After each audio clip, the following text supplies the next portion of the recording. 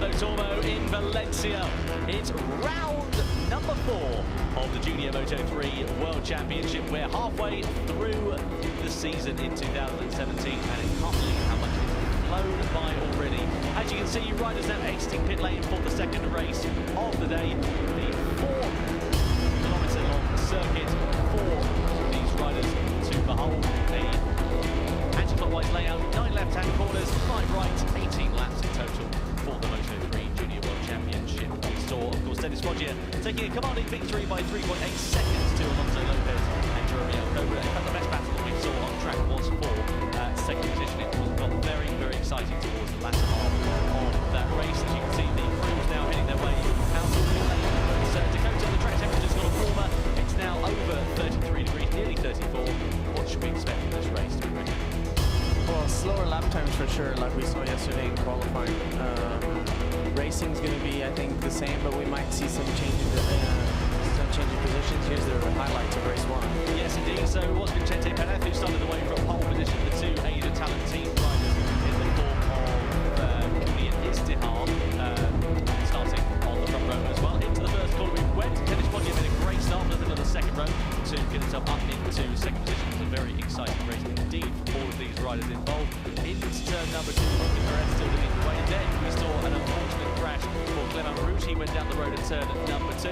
Meanwhile, Foggia managed to get himself up ahead of number 63 of Vicente Perez into the left-hander. A nice little overtake there, and that is where he would stay until the end of the race. Vicente Perez then had to battle with Kazuki Misaki and Aleix Vieux, who made his way up the inside. The Red Bull Rookies rider did a good job out there on track. Meanwhile, Foggia led the way with a comfortable advantage as Arapalenko went down the road at the final corner after contact with Jaume Garcia. He wasn't very happy about that, as you can see. That was his race ending in the gravel trap. An unfortunate way to conclude his first race, but he got a chance to make amends for race number 2. Meanwhile, further back, the position changing in the form of Alonso Lopez, hustling his way up the inside, and Jeremy Alcoba on the Australian gear bike also finding a way through as Aleix Vieux sat up at the end of turn 2. The sign of a technical problem that hit him later on in the race. Meanwhile, we saw riders go down. Rory Skinner had a collision, unfortunately ending his race in the gravel trap. A big disappointment there for him. He'll be looking to bounce back and make a good race in number 2. As Aleix Vieux got himself up into the podium position once again, he held on to second place for a good amount of time. Into turn number 8 they went. Everybody holding on very nicely for there. Dennis Foggia, you can see the advantage that he had was clear as day. As sitting up out of turn number 6 was Aleix Vieux. A big shame there for the Spanish rider. He ended up having a technical issue and finished down in 12th position in that race. And then came on towards the final few laps of racing. Perez had a good advantage. Garcia also looks very quick as well, but don't discount the likes of the Estrella Galicia trio, as it was then with Garcia. Also in amongst the mix with Foggia and Alcoba just ahead. Garcia was very menacing indeed, but then going on to the brakes, he lost the front into turn number 8, going down the road. It was an unfortunate end and a disappointing end to the 14-year-old's race. Dennis Foggia, though, came over the timing line to take his first ever win in dominant style here in Valencia. Second place would go the way of Alonso Lopez, just by the skin of his teeth. Literally 1,000th of a second separating those riders, as close as you can ever get in motorcycle racing, with Jeremy Alcoba in 3rd position, completing the podium here for the Junior Moto3 World Championship race number 1. If it's anything like that in race 2, we should be set for a very exciting time. So yeah, like you said earlier, you know, it's going to be a lot harder race than this morning, and it'll be interesting to see if you know, Dennis can repeat what he did in race 1. It's going to be difficult, but here's Vicente, who's had a okay season, I think. Good, yeah, nice and consistent. He's looked pretty good out there. One pole position, of course, that he's had, of course, that's here in Valencia, so he's looking good. So Vicente Perez starts from pole position, but what I'm interested in there, Dakota, are the two talent team. Yes. Talent riders, because they start from second and third respectively, but they didn't make the progress that we thought we'd see in the race. Here they are. No, and this is what I told you, you know, earlier. I had to speak with Aoyama, and he says that they seem to be, you know, just really fast when they have a new tire, but as soon as that tire starts to wear out, they start, you know, they can't keep that fast pace, and like, you know, Dennis and the rest of them can. So I mean, they were there. They were at the front group. It'll be interesting to see now with these conditions if they'll be able to stay in that front group. But anyways, for these boys out here, these fans, it's incredible how hot it must be for them. And here we have in, I think it's third place. Yes, Andy Farad, 7th place in the last race. Here's one of the guys I was talking about with Aoyama, and he's had an okay season. He's fast. We all know he's fast. He can do the lap times. The question is if he can, you know, stay consistent. So, boy, it's getting hot out there. These poor kids out here, I feel for them, seriously. And here in 4th place, we got Alcoba, Jeremy, who's, yeah, hot. Who's had a good season, you know, winning in Albacete, 3 podiums out of the 5 races. So he's definitely one to look out for. And him and his 2 other teammates, Lopez and Garcia, who are starting 9th and 10th, were up there too at the front with him. So it'll be interesting to see if they can have a good start and do the same. Here's the race winner from last race, Dennis Foggia. Great race he did in race 1, you know, leading it from lap 1 and basically beating everyone by 4 seconds, right, Tom? Absolutely, yeah, it was an incredible race from Dennis Foggia, and what a way to take his first victory as well. We saw, of course, in Barcelona, he was just beaten on the line at the last race, of course, the second race in Barcelona, and ended up finishing in about 8th position in the first race, unfortunately, after a really difficult time being demoted down a few positions because of running wide. Here's a man who I thought would do better, though, in the opening race. Started from 6th position, finished in 9th at the end, but really struggled in the mid-stages of the race, Raul Fernandez. Yeah, and like I was saying earlier, you know, doing the World Championship in that, I thought he was going to do a little bit better than that. But anyways, you never know what happened in race 1. We don't know everything, but bon appetit to you two, because I'm starving. Yeah, we don't get any food up here in the commentary box, we should say. Well, we do, but it's later on that we get it, and obviously we can't eat it whilst we're on air, because I'm sure you prefer us to talk about the racing. Instead of our munching. Yeah, exactly, rather than our lunch. Here is Aaron Palenko. Now, he will be going into this race with a vengeance, because he failed to finish that first race through an incident that I don't think it was fault. No, I don't think he was at fault. I think it was unfortunate incident. I don't really think there was anybody to blame, because there was nobody doing anything intentionally, you know, no malicious. Unlucky for sure. Yeah, exactly. If you didn't see the incident, basically what happened was out of the final corner, he ended up making contact with another rider, and then ended up going down the road in quite spectacular fashion. He was okay, fortunately, but just so frustrated, you know, weeping down by his bike, effectively. Here is Aleix View. Now, he has had perhaps one of the most difficult starts of the season I have ever seen in my life. He finished in 12th place. Last time out with a half an engine. Exactly, yeah, something went wrong there. We don't know what happened with his bike, but just 16 years of age, as you can see, 3 DNFs on the bounce. He finished a race in Catalunya in race number 2, but unfortunately it's just not hooked up for him at all this season. I really thought he'd be a very serious championship challenger after what we saw in Albacete for the opening round. But it's just not turned out to be. There's Julian Simon on the right-hand side, but next to him is this man, 15-year-old Alonso Lopez. 2 wins so far this season, a second last time out by 1,000th of a second, and second in the championship on 70 points as well. It doesn't really get much better than that, does it? No, and he's, like you say, he's very consistent, and it's good to see Julito there. I think he's down here in Valencia a lot of part of the year, so but it's good to see him, you know, working with Tito Rabat in the World Championship, and also involved here in the Spanish Championship with Lopez. Exactly, yeah. It's great to see Julian Simon. He's one of those riders that he's really good. And obviously, as you say, he's working with Tito as well. And I think he's never going to retire either. He's one of those riders that's going to retire but never will officially. Here's Garcia, Sergio Garcia, who was very unlucky in that last race. Crashed out with just a few laps remaining. Was fighting for that rostrum position, but unfortunately, nil points for the Spaniard. I'm not quite sure what the Spanish is for that, so I refer to French instead. I was wondering what you were trying to say there. Now I get it. I should have waited for one of the French riders to come on, but there you go. But nonetheless, Sergio Garcia. Lining up a bit further down the order than perhaps we would expect for Garcia. On the the inside rather, I should say, of row number 4. Just alongside him is this man here, Makar Yuchenko. Yuchenko had a ride-through penalty. A time penalty, I should say, not a ride-through penalty, added to him 5 seconds after the race for exceeding track limits quite consistently, as it turns out, which is absolutely fair. We've seen it happen quite a lot.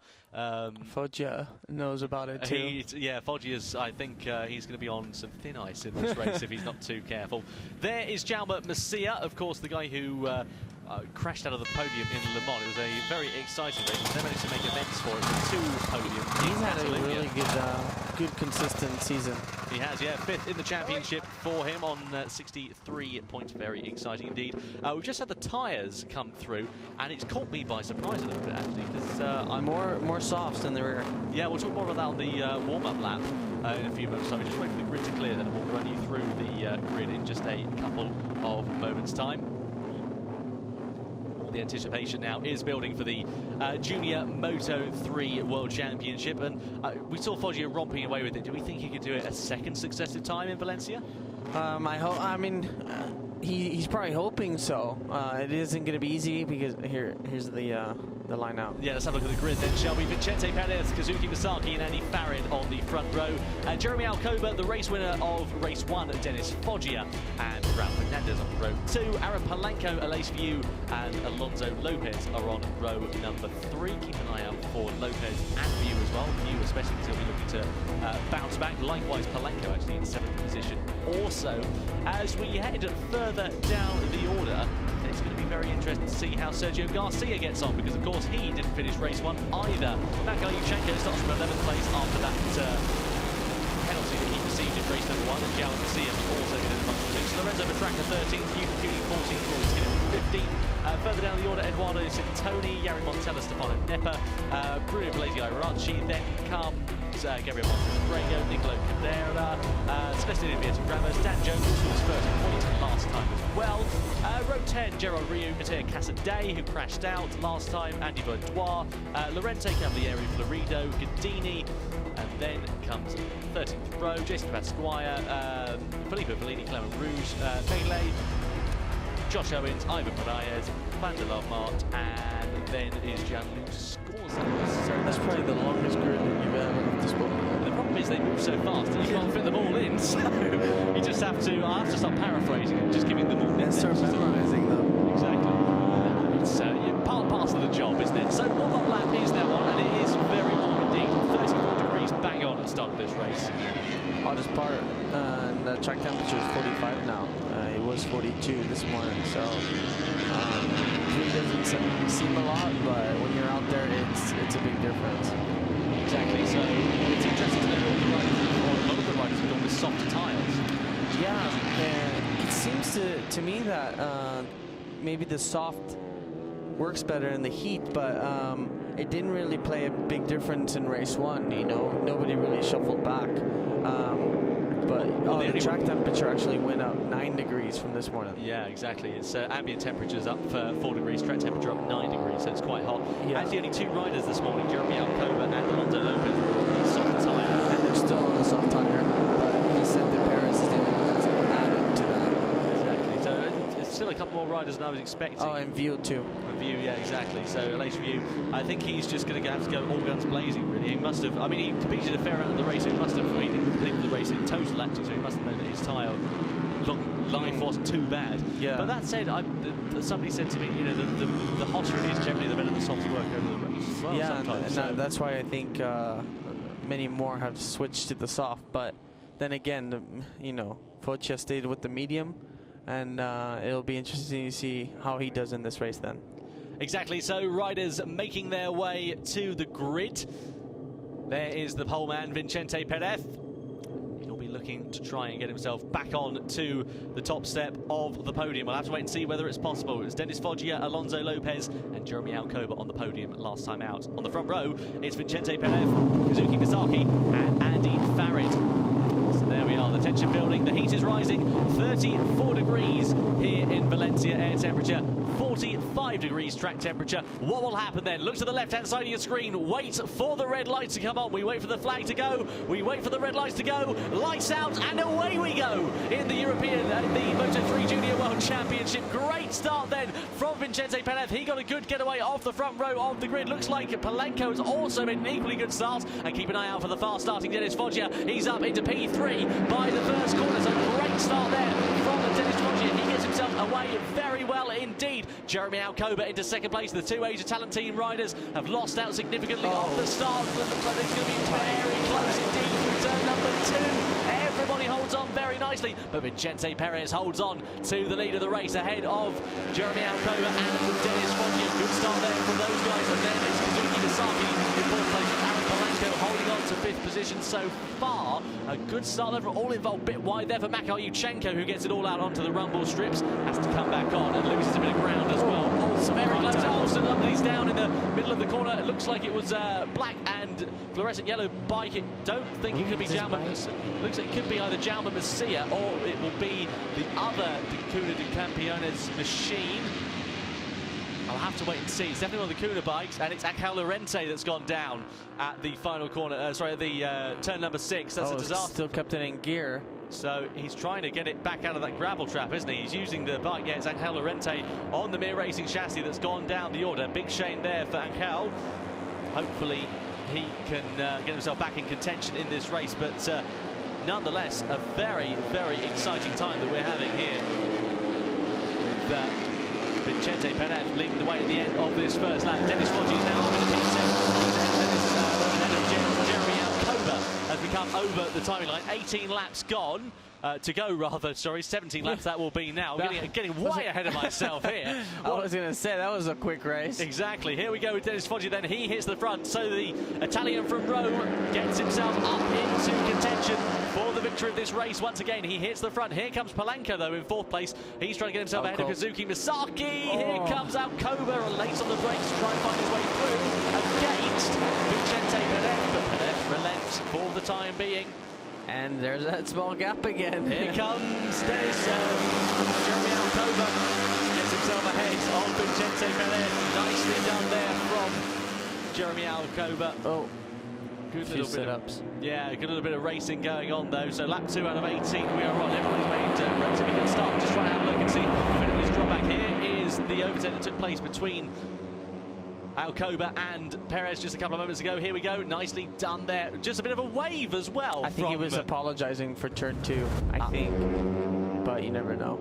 Exactly. He might be just saying, hey, let me go. Exactly. So, well, the best one I ever saw was when Rossi was against Biaggi and Suzuka, and he flipped in the royal wave, as we should probably refer to it as. It now you get fined for that. Yeah, exactly. So Dennis Foggia leads the race with the Italian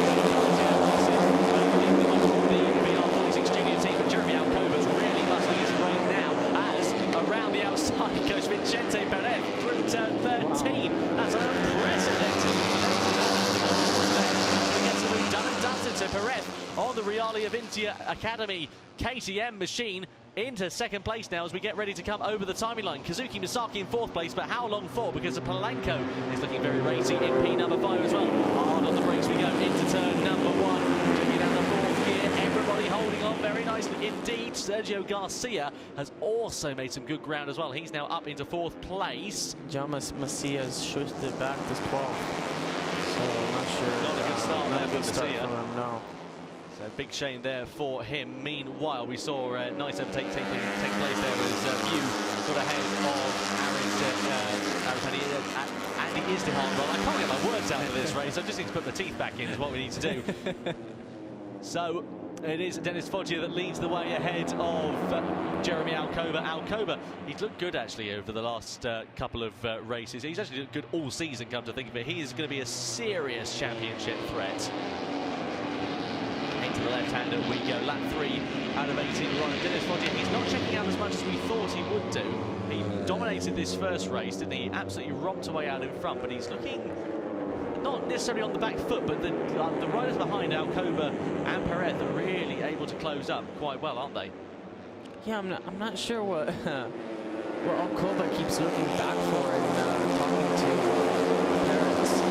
He just gave him another, wave. Not sure if he's saying, "Hey, come follow me and not, stop passing me," because remember what happened in race 1. Foggia left, so. But Foggia, like you say, he looks really comfortable where he's at, and he's just, the lap times they're doing now are out. So Foggia just did a 40. The lap before that was a 41. So they're doing high 40s, which is 0.5, 0.6 slower than what they were doing.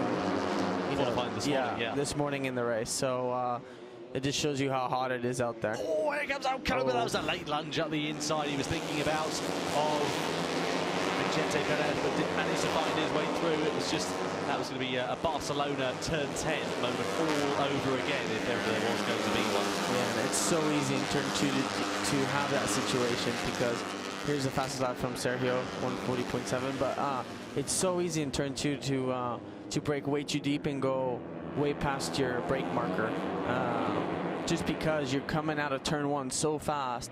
And then suddenly have to stop for turn 2, and it's not an easy stop because it's a really tight left-hander. Very impressed with Sergio Garcia's progress. He started from the head of row number 4. He was quite a way down the order by his standards, in 10th position on the grid, and has made his way up into 4th place. Again, he's going to be looking to try and get some payback, really, and himself up into that podium. He's going to be so disappointed in crashing out in that last race, and of course it's all about confidence in these early stages for these guys, right? Yeah, and that's after crashing out. It's always a bad feeling. You feel bad for everything, for your bike, because if you had a good feeling with your bike and it just tumbled through the gravel and that, you never know. Go back on the bike that's completely repaired. But then again, here we go with Garcia. He's, he feels okay. He's just, reached his teammate Alcoba like he did in race 1, and it'll be interesting to see if he can stay with them. Exactly. So we're already 5 laps in out of 18 here in the Moto3 Junior World Championship, and already Foggia is looking to try and take that advantage. A dominant double for the Italian if he's able to do so. Break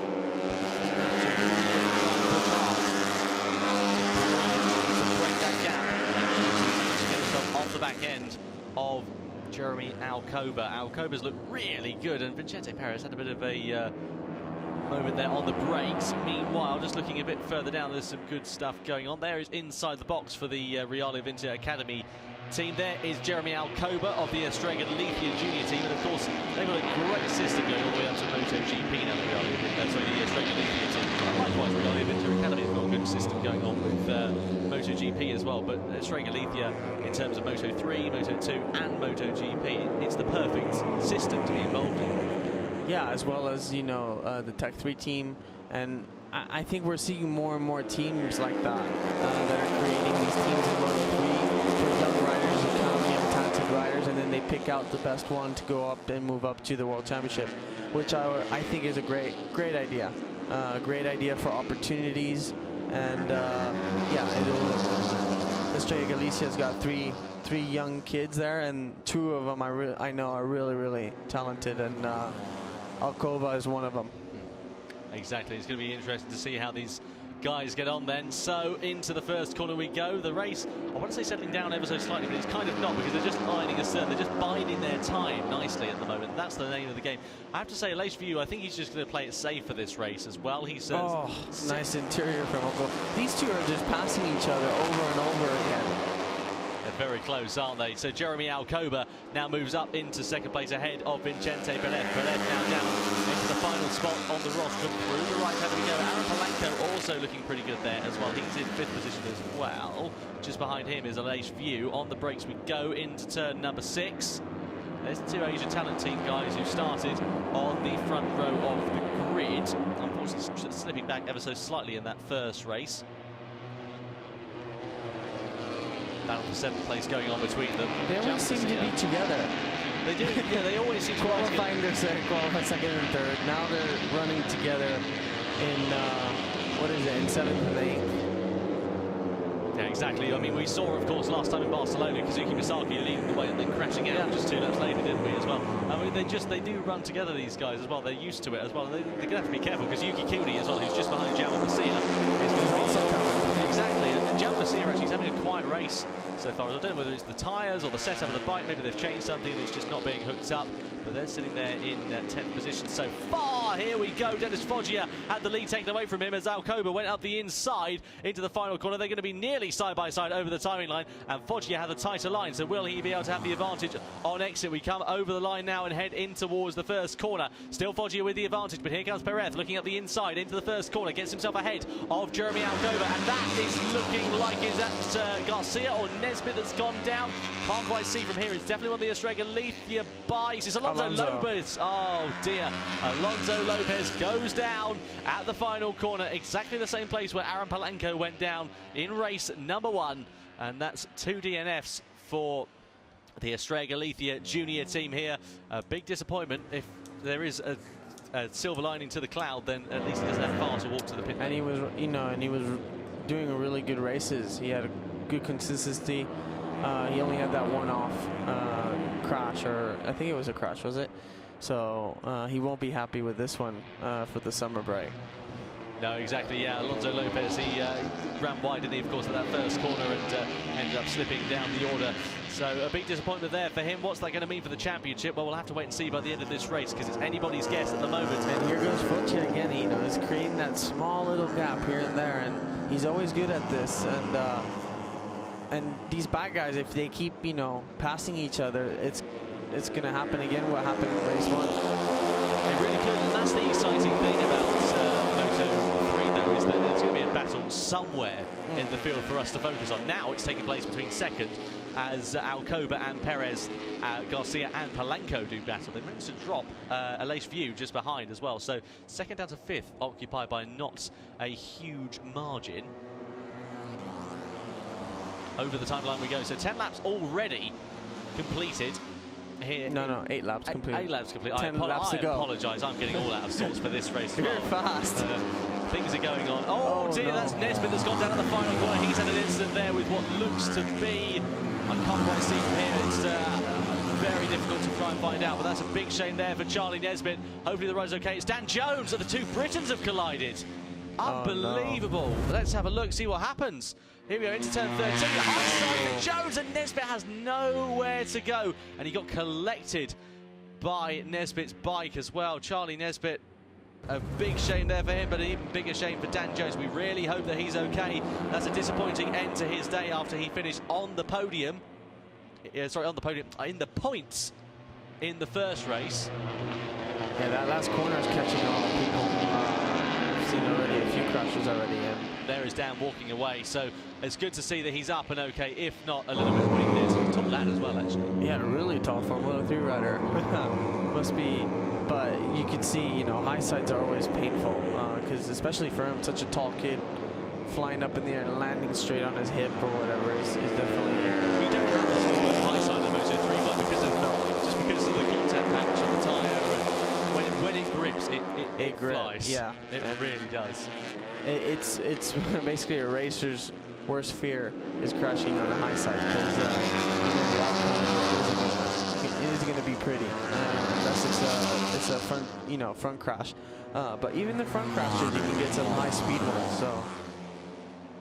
Certainly can happen. So lap 9 out of 18. So we now are halfway through the race. Dennis Foggia trying to check out already. Meanwhile, going on further back as well as number 34 of Yuki Kuni moves himself up ahead of Aleix View. View runs a bit wide, and now he's going to fall into the clutches of Misaki. Into turn number 2 we go. I apologise, not number Misaki. It's Yuki Kuni rather, who's just Andy Barrett is the hard that's ahead of him. Yuki Kuni, who is just behind him. So there we go. Turn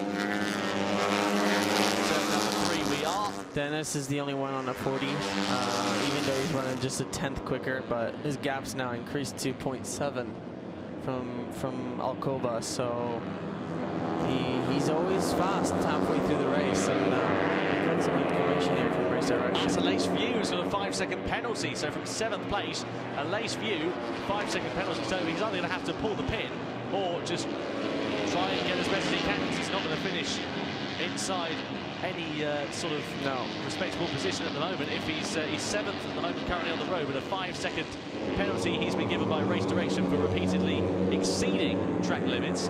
Just behind him is Yuki Cooney, and of course Cooney won't know this at the moment as well, so Cooney's going to be trying to find his way through and trying to get ahead of him. Veal just told Cooney to follow him to catch them in front, so that's pretty funny.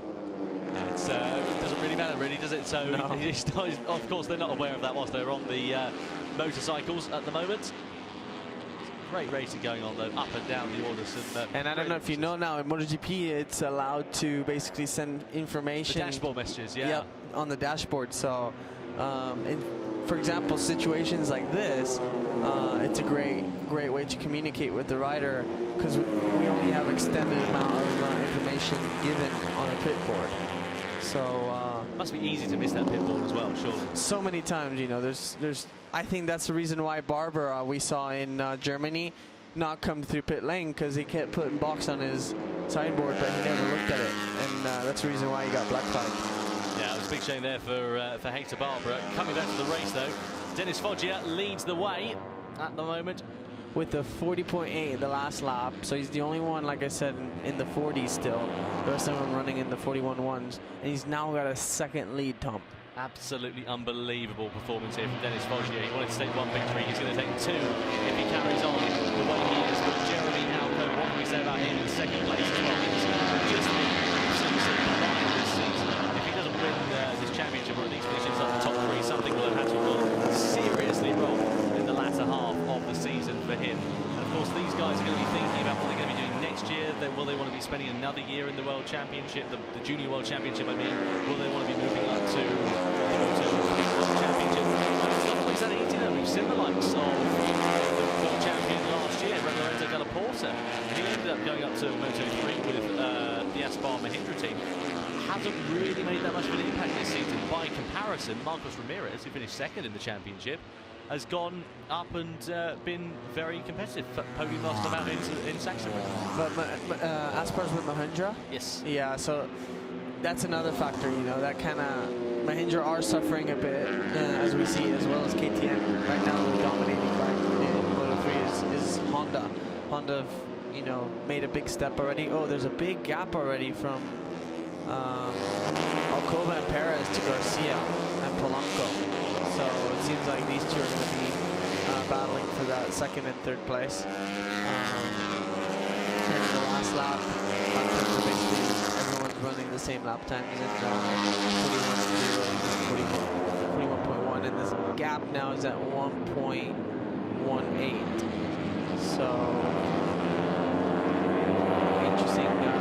interesting for Foggia. You know, he seems to be consistent and likes this track. He really does, yeah. It's been fast, you know, since lap 1. So it's just like, of course, that he's got experience that as well, whereas the likes of Lenny Garcia probably will do, but not on one of these motorcycles as well, and also the likes of Alcoba and Perez. You can see how much of their experience is helping them, because of course they've been around the circuit before on the Moto3 machinery. And of course they've been testing here and the like, as well as Perez looks to try and get himself ahead of Alcoba. 2nd place is the battle that they are going for. Great racing going on further down the order as well. Still Cooney and Izdihar, sorry, Andy Farrell, I should say, battling in 17th place, respectively. He is in the back of that now. He is, and it's just having limitation for you now, isn't it? Yeah. This time penalty. Oh, someone's coming in. Is that Messia that's coming to the pit lane? That looked like Messia. Yeah, let's have a look. I'm going to have a look out the commentary box window whilst we do that as well, and see whether it is. It does look like it is going to be João Messia coming into the pit lane. So a technical problem, and indeed a disaster of a day for the Cunha de Campeones team, because 2 DNFs in one race, and João Messia into pit road with a technical problem. Something's gone wrong on his motorcycle. Is he time at this stage? No way. I'm trying to listen to what he's saying, but... Let's have a look. Rider number 5 live black flag. Oh, okay, so he's been disqualified. Having a good word. There's no explanation as to why he's been given a black flag. Well, he's been given a black flag regardless. So he's disqualified from the race, but we don't know 100% the reasons as to why. I'm just trying to retract my memory and see if there's anything that's happened. You know, that team, the Kuna Campeones, is a Valencian team, so having 2 DNFs here is not, for that team, is probably their worst outcome. Yeah, it's not going to be very good. Meanwhile, Dennis Foggia, he's checked out already, hasn't he? He's looked absolutely brilliant in this race. There's one guy that will something great. Hopefully 2 first place and 2 first dominating, because he's basically dominated all these guys, and it's not an easy class to win a race from, you know, that far away. Yeah, indeed it is not. So lap 12 out of 18 we go on to over the timing line with the leader Dennis Foggia on that KTM. Surely it's only be a matter of time before he makes his debut in the World Championship. Foggia just did a 41.3, and the rest of the field are running 42s. So he's just gained another second in 1 lap. So now he's 2.8 seconds away with 5 laps to go. Yeah, he's on the medium, and the rest of them are, I think, is Perez also on the soft? Vincente, he is. Yeah. So that's clearly showing you that, you know, that soft rear tire is probably making that difference of pace. He's really starting to struggle now, isn't he? He's trying to hold on to the back of Jeremy Alcoba. They're all they're all running wide and hitting that green asphalt. But you need to be careful. You can get penalized like we saw with View. Exactly. So 6 laps now remaining. Well, just under 6 laps now as we get ready to go into that final sector of the lap. Incredible race it's turning out to be here in the Junior Moto3 World Championship. There is the number 14 of Sergio Garcia with Aaron Palenko very close behind. Palenko doing a good job actually as well, considering his confidence will have no doubt been knocked after that crash he had in that first race. He was actually my teammate when I raced in Moto2 with Aspar, because he used to race Moto3 with Aspar, and he's gotten so big since then, and as a rider, he's also improved a lot, so it's good to see him up here now. And after race 1, he'll be happy with this. But I'm thinking about Macia. I'm not sure why they've given him the black flag. It seems like he's been maybe he did a really bad passing move or something. They seem to be just stipulating that there was something wrong with the conduct of his riding. So yeah, which is obviously what you get about that before, as opposed to a technical infringement generally.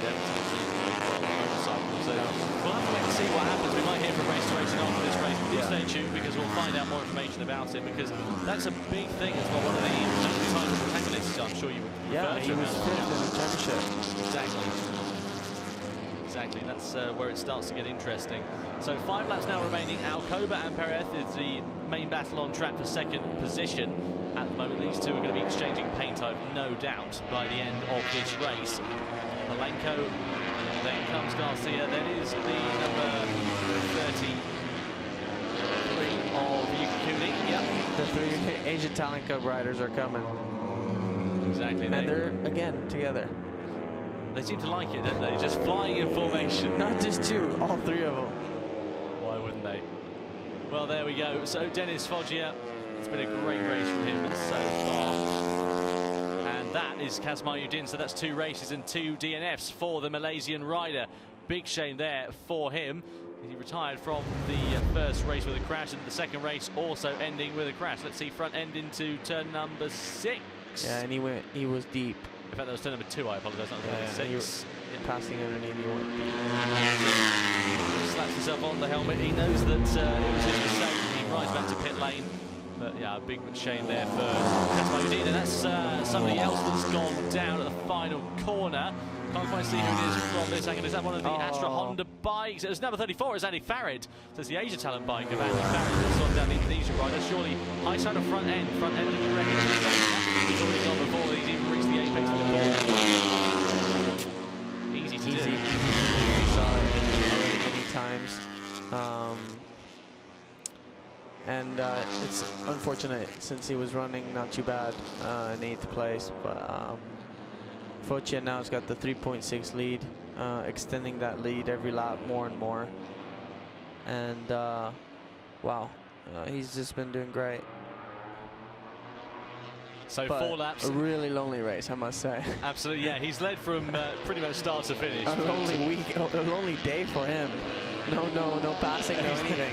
Exactly. I'm sure that's exactly how he would want it, though, in terms of the racing. He'd want to clear off out in front, but it doesn't make it an exciting duel to the victory for us in the comms box. But nonetheless, it's good to see Foggia doing a really good job out there on track. So Sergio Garcia is just inside the top 5. Yuki Kuni now in 5th place, and of course due to Andy Farris, demise everybody moves up a position.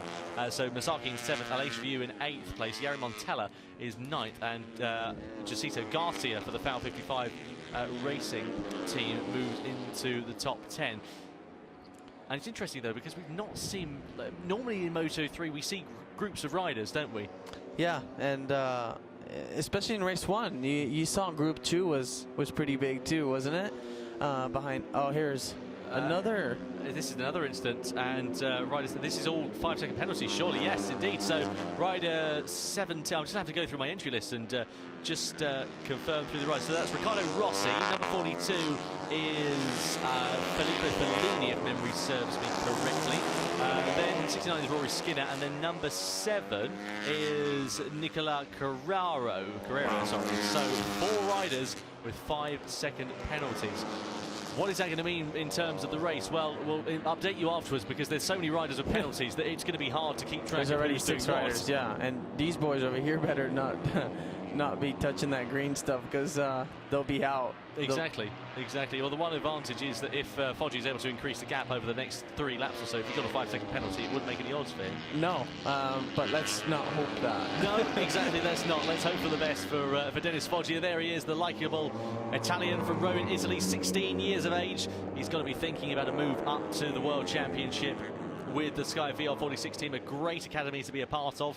Of course, they've just signed their first rider into MotoGP in 2018 in the form of Franco Morbidelli. And he'll move up with the Estrella Galicia Mark BDS team as well. Be interested to see what motorcycle he'll be on, because there have been some wild rumours flying around that he could end up on a Suzuki with Estrella Galicia Mark BDS, or whether they'll end up on a Honda, but there won't be a factory Honda as well. Be interesting to see what happens. Yeah, and you never know.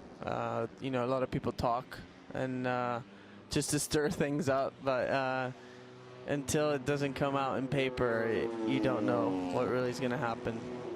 No, exactly. We should also mention in terms of Moto3 as well for 2018, Mahindra have announced that they're pulling all competition from the Moto3 World Championship, which of course will apply for the Junior World Championship that they have some factory backing for. So the likes of the Leglise Mahindra team and of course the Aspar Mahindra team, they'll likely be pulling their backing from that, which will be a bit of a shame really, because Mahindra, of course, they've only won, I think, 1 race in the last few years in Moto3, so they've opted to go and focus on electric racing. So a big shame for the Indian manufacturer, but who knows, we might end up seeing them back in Moto3 in a few years' time after they've had some time to reevaluate their racing programs. Of course, that will, what essentially that will mean is either we'll see the bikes being probably sold to another team for a good amount of money, so we might see some more Mahindra machines on the grid for next year in the form of a privately run team. People over there for Vicente Perez, meanwhile, he goes into the quick left-right kink. Every time I see Foggia on TV, he just looks like he's riding on an in-lap, and he just doesn't look like he's pushing at all. And but clearly, it just shows you how in some racetracks, some riders, you know, they feel better than others, and don't have to, you know, do as much effort. And it's just the way you feel in every racetrack. It depends also, you know, the cornering on. Or the layout of each racetrack is different on people's riding styles. That's also makes a difference. So last lap with a 2.9 second gap, I mean, Look at this, though. The battle's holding up for second place on the last lap between Perez and Alcoba. Alcoba got a great exit and great drive out of turn number 1. Will he be able to find a way through against Perez into turn 2? Can't quite find an opportunity at the moment. Nothing being presented, but Perez runs wide out of the corner. Is they going to allow Alcoba through? Yes, indeed it is. Onto the rumble strips he goes, and Alcoba gets himself up into second place on the last lap of the race. All he needs to do now is cruise it home, not make any more mistakes, and he will be in with a chance of taking that second position on the rostrum. Looks like Foggia sweeping his way through, looking effortless, looking smooth, looking calm and comfortable, is going to take his second win of the day. Meanwhile, Polanco has been done over by Yuki Kuni on the last lap or so.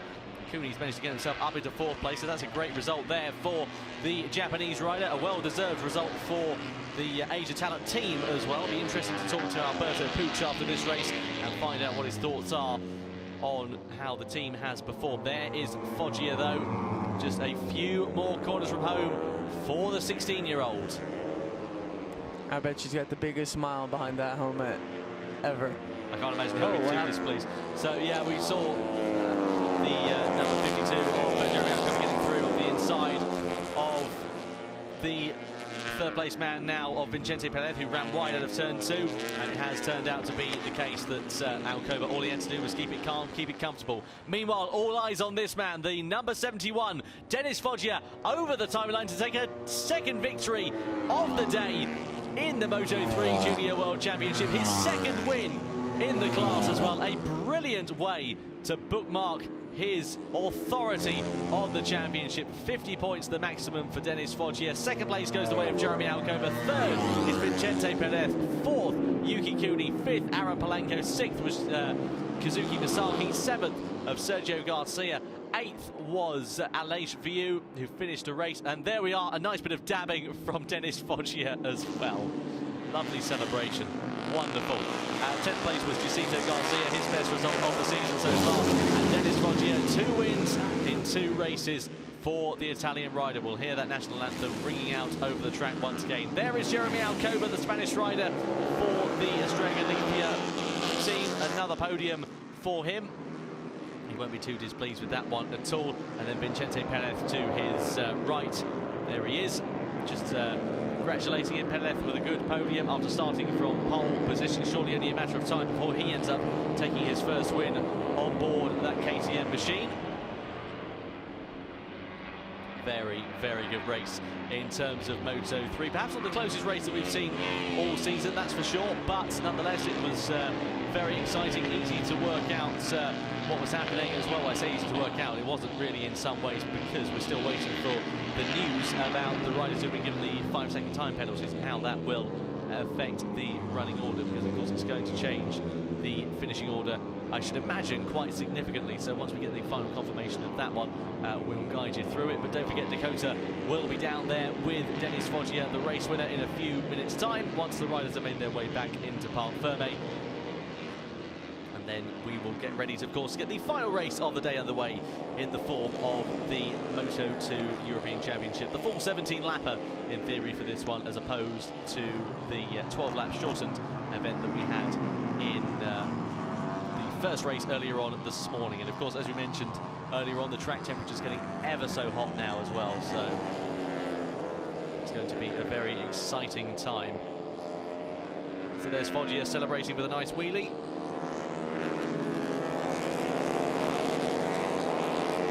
Riding back into pit lane.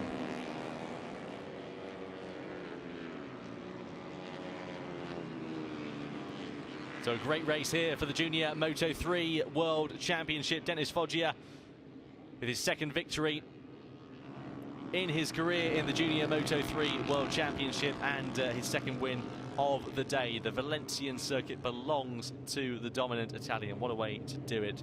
And just being congratulated there by his fellow competitor of Matteo Guidini, fellow Italian, of course. Probably know each other quite well. There we are. All the eyes are on this man, Dennis Foggia. What a way to do it as well, in dominant fashion. His team look very, very pleased with that. And quite rightly so, you begin to imagine. You can see a few clouds overhead, but not a hint of the sun going away, or these hot temperatures ceasing to be. brilliant. Dennis Foggia, congratulated by the Dunlop team as well. A fantastic race for the Italian. He'll be down there, as I said, with Dakota in a few moments' time. Moto2 European Championship on the way very, very shortly. So it'll be interesting to see how we get on with regards to that championship. Because, of course, the first race, if you haven't got it earlier on, we won't surprise or spoil the result for you, just in case you want to go and watch it. But nonetheless, I can assure you it was an absolute cracker. Went right down to the very last lap. You hear the bikes thundering down pit lane. Just making their way back to their pit garages. And, of course, they'll be starting their pack-up very shortly. So after the time we go off air at around about 4:45-ish, there and thereabouts, just before perhaps, then they'll already be packed up. So here we go. Final results in the FIM CEV Repsol Junior Moto3 World Championship at Valencia. Foggia, Alcoba, Perez on the podium. Yuki Cooney with his best result of the season in 4th. Aaron Palenko was 5th. Masaki was 6th. Garcia was 7th. Gary Montello was 8th. And Jacito Garcia was inside the top 9 on the number 20. His best result in the Racing team. 10th was Petranka, 11th was Yuchenko, 12th was Fernandez, 13th VU, 14th Farid, 15th Ramos, 16th Bruno Ararachi, 17th Rory Skinner after that penalty. He finished inside the points on the road, but unfortunately that penalty ended up going outside of the points. Stefano Nepper in 18th position, so that is how they all sit in terms of that one. So let's go down then to Parc Ferme and talk to Dennis Foggia. He's with Dakota. Dennis, well, race 1 was easy, and this one looked easy too. You just seem to have a better pace than everybody else. How was it? I'm very happy for this result. To win in Valencia, I'm very happy. I don't know, I'm very happy. Thank you. Now in your native language, please. Sono contentissimo della gara che ho fatto. Il team ha lavorato benissimo. Posso solo ringraziarlo con queste 2 grandi vittorie e torniamo a casa forti e in Estoril cercheremo di ripetere almeno il podio. Ciao. Acaba la entrevista. Dennis Foggia victorious, but here are the highlights of the race. Well, it was Vicente Perez who led the way off the front row of the grid. He led the way to the first corner as well. But Dennis Foggia also made a great start in the middle of the second row to get himself up into 3rd position, whilst Jeremy Alcoba neatly slotted himself into 2nd place. Further back, they almost make it through the first corner, but for one, front runner going down the road there. Looks like it was Gary Montello. No, I apologise, it wasn't. It was Angel Lorente who went down, of course, at the first corner. That took my memory. So, Foggia led the way. It looked like there was going to be a good battle between himself, Alcoba, and then Vicente Perez, but we saw, of course, in the latter stages that wouldn't be the case. He wanted to stop Vicente Perez trying. He found his way around the outside of Jeremy Alcoba, muscled his way through into 2nd place. And looked like he could be able to thread that soft tyre on Perez's Realia Victory Academy bike. Looking like it could be a very exciting time. Meanwhile, there was Alonso Lopez. He went down at the final corner. Unfortunately, big shame there for him. Into the first corner, however, here came Sergio Garcia. He lashed onto the back of the final corner. This was a massive smash for Dan Jones and Charlie Nesbitt. Dan Jones eye-siding out of the corner. Charlie Nesbitt being caught up in the incident. Unfortunately, nowhere to go for the Estrella Galicia Mark BDS rider. Then comes Dennis Foggia once again leading the way. Jeremy Alcoba and Vicente Perez leading the way were those 2 riders in that battle for 2nd position. They managed to break away from 4th place as well. They held on to their advantage. Speaking of holding on to advantages and actually increasing it was the KTM machine of Dennis Foggia. Onto the final lap we went. It was very exciting indeed between between Alcoba and between Perez. Foggia led the way quite comfortably into turns 12 then, getting into that long left-hander of turn 13. Over the timeline we went once again. The 2 riders in 2nd and 3rd place exchanging positions as much as you like. They were finding their way through as soon as Alcoba was up the inside, then finding their way back through. That was Gaspar Udin scratching off the front at turn number 2. Big shake there for the Valencian rider, and that was Andy Farage who lost the front at the final corner of turn number 13. Big shake for him. Meanwhile, Foggia led the way as Vicente Perez muscled his way through against Alcoba. But Alcoba wasn't going to take it lying down. They went into turn 2. He found his way through, then up the inside on the final lap of racing. And over the timeline, it was Dennis Foggia, his second win in as many races here in Valencia. A dominant double for Dennis, ahead of Jeremy Alcoba and Vicente Perez in third position. But what a great way to do it here at the FIM CEV Repsol. Dennis Foggia victorious. The riders now heading their way onto the podium.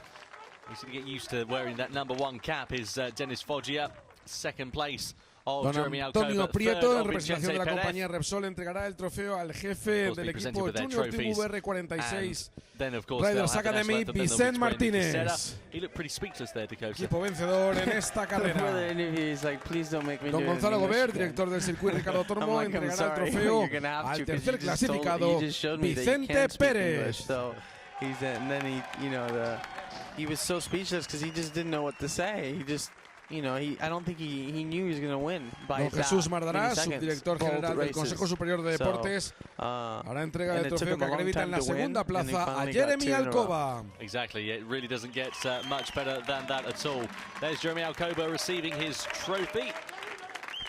Don Reso Buxu, director de la Comisión de Circuitos de Velocidad, entregará el premio al vencedor de esta segunda carrera del Moto3, Dennis Foggia. There, though, is Dennis Foggia collecting his second race winner's trophy of the day.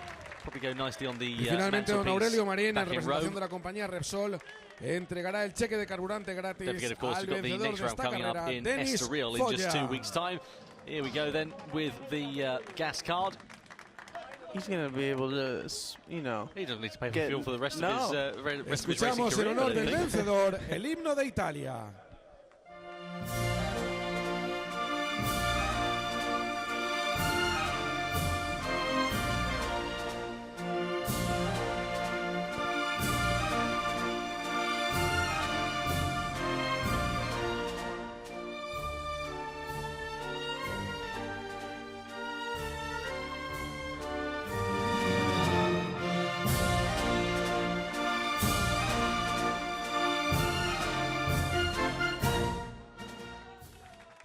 Es el momento de celebrar ese podio de honor con el Cava. Allá está Vicente, Dennis más rápido que Foggia on the nadie. podium there. All the riders being presented with their Casera. Bueno, tenemos esa fotografía para el recuerdo.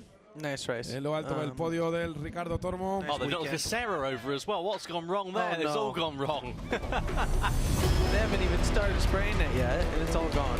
Here we go then with the championship standing. So it is now the new championship leader of Dennis Foggia. He leads the way, 25 points going into Estoril, ahead of Jeremy Alcoba and Sergio Garcia. Alonso Lopez, 41 points adrift. Vicente Perez in 5th. Jaume Messier, 6th place, 49 points away. So it's really not very close at all at the top now. Dennis Foggia, the commanding man in the championship, 25 points, a whole race victory ahead. That is a comfortable lead. We get 2 races in Moto3 Junior World Championship, so it's not necessarily as close as perhaps we would imagine. So it's very exciting to see what happens. Aaron Malenko in 10th, Rory Skinner in 11th. Acrobat Montalinol not racing this weekend. He moves down the order. Raul Fernandez gets up to 20th position after what's been a difficult start to the season for him. Rudy Lady Island, she's 21st. And just last point claim position is Matthias Cassiday. Unfortunately, just with that 1 point on the board, he was battling for the podium in Catalonia, and unfortunately crashed out on the last lap. Big shame there for Cassiday. Regardless, that is how the championship sits in the Moto3 Junior World Championship as we head into Portugal. Well, that was very exciting. Up next, we've got the Moto2 European Championship race number 2. We're very excited for this. Join us, it's along the way in just a few moments.